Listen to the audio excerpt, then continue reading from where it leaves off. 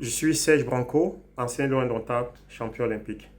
J'ai fait cette sortie pour m'indigner et crier mon ras-le-bol en ce qui concerne la Coupe d'Afrique des Nations qui va commencer d'ici quelques jours. Mon ras-le-bol, pourquoi? Sur le plan organisationnel et sur le plan sportif. Sur le plan organisationnel, parce que la Coupe, la CAN, la Coupe d'Afrique des Nations a perdu sa saveur. C'est une Coupe d'Afrique des Nations au fil des années, au fil des éditions, qui est une Coupe d'Afrique des Nations au rabais. C'est une Coupe d'Afrique des Nations qui ne fait plus rêver.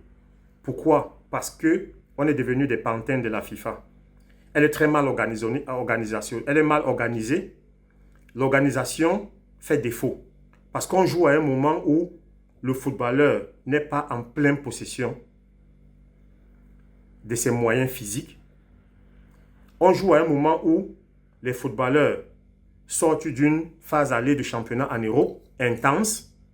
Ils n'ont pas eu le temps de récupérer. Ils viennent directement dans un autre continent, dans un autre milieu, et commencer une compétition très difficile à gérer sur un mois. Regardez un exemple. La Coupe d'Afrique se jouait toujours au mois de juin, l'été, juin-juillet, quand les championnats s'arrêtaient en mai. Les sélections avaient un mois pour préparer l'équipe nationale. On avait des stages bloqués. Je prends l'exemple sur une Coupe d'Afrique des Nations où j'ai failli participer avec les Lions indomptables du Cameroun en 2000. 6 semaines avant la compétition, on entre en stage dans le sud de la France, vers Montpellier. On joue des matchs amicaux à Montpellier, on joue vers Saint-Étienne. Après 10 jours, on va en stage vers Amiens. On joue un match amical contre l'inauguration du stade de la Licorne, le stade là où l'équipe d'Amiens joue actuellement. C'est les Lions qui avaient joué le match d'ouverture de ce stade-là. Et j'avais joué ce match. C'était lors de la préparation de la CAN 2000 au Nigeria, Ghana. Après ça, on vient faire 10 jours de stage en France, à Port-de-Pantin, où on clôture ce stage par un match amical contre le Paris Saint-Germain. Le Paris Saint-Germain de JJ Okocha, de Nicolas Anelka. J'ai joué encore ce match-là, où on a gagné par 2-1, but de Samuel Eto'o et puis Ndjefi. Et après ça, on va faire un dernier stage à Garoua. Après ce stage de Garoua, on est allé à la CAN au Nigeria. Vous avez vu que pendant 6 semaines, les joueurs se sont regroupés. On a eu le temps de s'entraîner ensemble. On a eu le temps de vivre ensemble. Et c'est là où, à la fin de ce stage, les joueurs se connaissent entre eux. Vous avez entendu parler de « à toi, à moi, à toi, à moi, couvre-moi, ne monte pas, descends, ne le laissons pas passer ». Ça, c'est les choses qui s'apprennent à l'entraînement, plus vous jouez ensemble. Aujourd'hui, je prends l'exemple du Cameroun.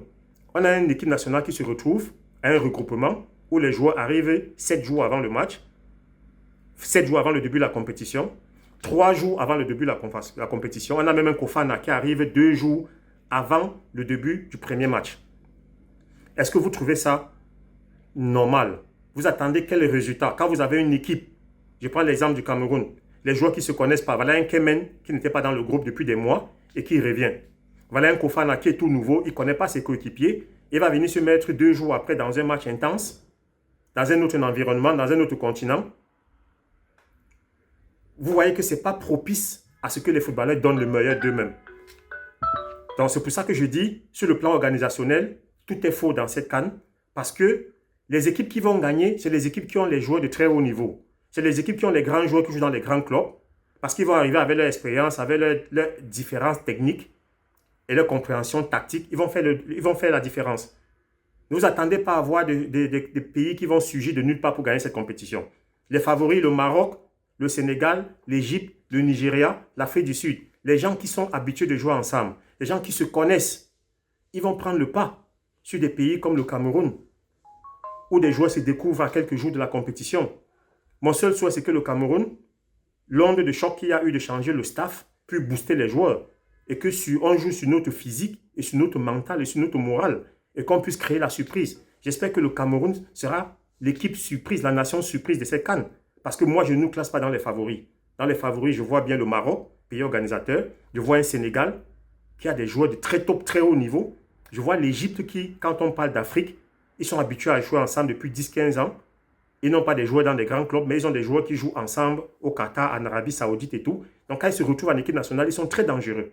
Et le Nigeria, qui est l'équipe en forme de l'heure, Donc, moi, je vois ces gens-là, ces 4 nations-là, un peu l'Afrique du Sud qui, depuis 2, 3 ans, est en train de former un groupe compact et qui pratique un football très attrayant. Et je place le Cameroun en tant que 6e, 7e position des favoris. Mais je compte sur notre Hemley, sur notre motivation, sur notre physique, parce que physiquement, on est au-dessus de toutes ces nations-là. J'espère qu'on sera l'équipe surprise. On ne fait pas partie des favoris. Maintenant, c'était sur le plan organisationnel. Pourquoi les pays de l'Amérique du Sud, la Copa América se joue l'été, CONCACAF, ça se joue l'été? Pourquoi c'est le Cameroun qui doit, l'Afrique, les pays africains qui doivent jouer l'hiver? Parce que la FIFA a décidé ainsi et parce qu'on a la tête de la Confédération africaine de football. On n'a pas un homme de poigne. On n'a pas un président de la poigne de Issa Hayatou qui pouvait dire non à Infantino, dire non à la FIFA.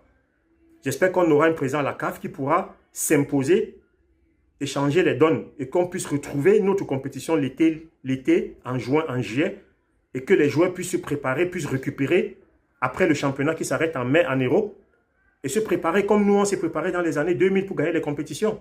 Maintenant, sur le plan sportif, dites-moi un peu, est-ce que vous pouvez me donner le nom des derniers meilleurs joueurs des compétitions de la CAN? Est-ce que vous pouvez me donner le nom des derniers meilleurs buteurs de compétition de la CAN? Qui les connaît? Personne. Depuis combien d'éditions il n'y a pas eu de révélation dans une CAN? Un joueur qui sort du lot. Parce que tout le monde se découvre à la CAN. Tout le monde vient apprendre à se connaître à la CAN. Il n'y a plus que les nations puissantes, les nations qui ont des joueurs de très haut niveau qui gagnent. Et c'est pour ça que je pense que je n'irai pas à cette CAN, parce que j'ai mes occupations professionnelles qui me retiennent en Allemagne, et en plus parce que je ne me sens pas passionné, ça ne m'attire pas, il n'y a pas de passion. On va avoir un gagnant qui aura gagné, qui aura eu le dessus sur les autres, mais ce n'est plus la CAN qu'on a connue, ce n'est plus les CAN qui faisaient rêver, qui faisaient saliver. Je suis vraiment déçu et je suis obligé de donner ce cri de cœur. Il faut une confédération africaine de football puissante.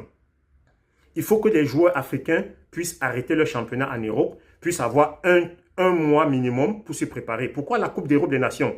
Ils arrêtent le championnat en mai et ils ont tout le mois de juin pour se préparer pour aller jouer les Coupes d'Europe des Nations, les Coupes du Monde. Mais nous, les Africains, on est les dindons de la face. On sort directement, nos joueurs sortent du stade pour aller jouer une Coupe d'Afrique des Nations 2 jours après. J'espère que ça va changer et c'est mon souhait. Je suis obligé de décrier tout cela, même si je sais que beaucoup de choses ne peuvent pas changer parce que le business a pris le pas sur le sportif. Merci.